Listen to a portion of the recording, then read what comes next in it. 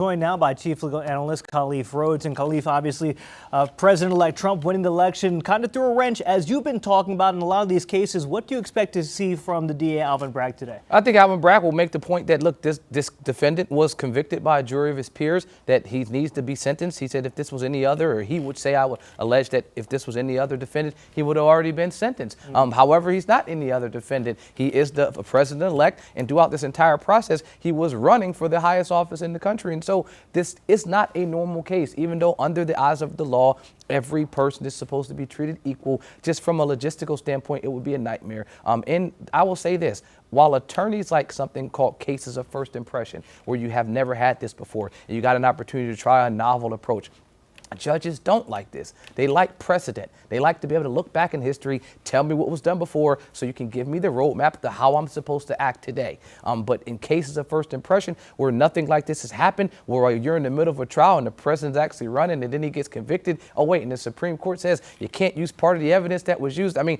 there's so many moving parts that happen within this case and throughout this whole trial and throughout this whole election that I think Judge Merchan is weighing a lot of things. Specifically, how do I manage if I do give him some type of incarceration time, which I think would be extremely unlikely? How do I manage if I put him on some type of probation, which I think would be more than likely? However, is the Secret Service now on probation with him? How do you run the country if you're on probation sentenced by a judge in New York? Do the executive powers make you exempt from being placed in that position? There's some more questions in this situation than answers. And as I said, judges like to have answers. They like to look back in the past and tell me the roadmap. And right now, he has no roadmap.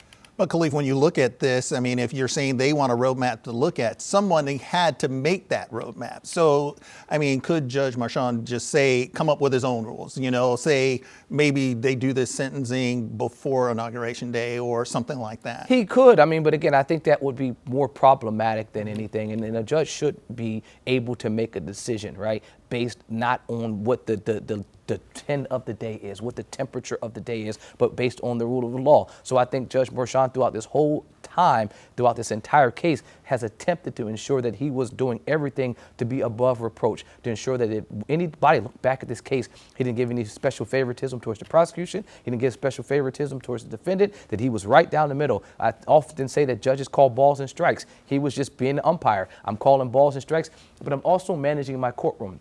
In this case, he's not blind. He can recognize that whatever decision I make will have secondary effects. If I sentence him to any type of incarceration, devastating effect on the country. If I sentence him to any type of punishment, it could have a detrimental effect on the country. And so he is weighing that. That's why it's been delayed multiple times. November 26th is when he's supposed to make some determination. But today, I think Alvin Bragg makes the argument that you treat him like everyday Joe citizen and you sentence him like you would if he was a regular person off the street.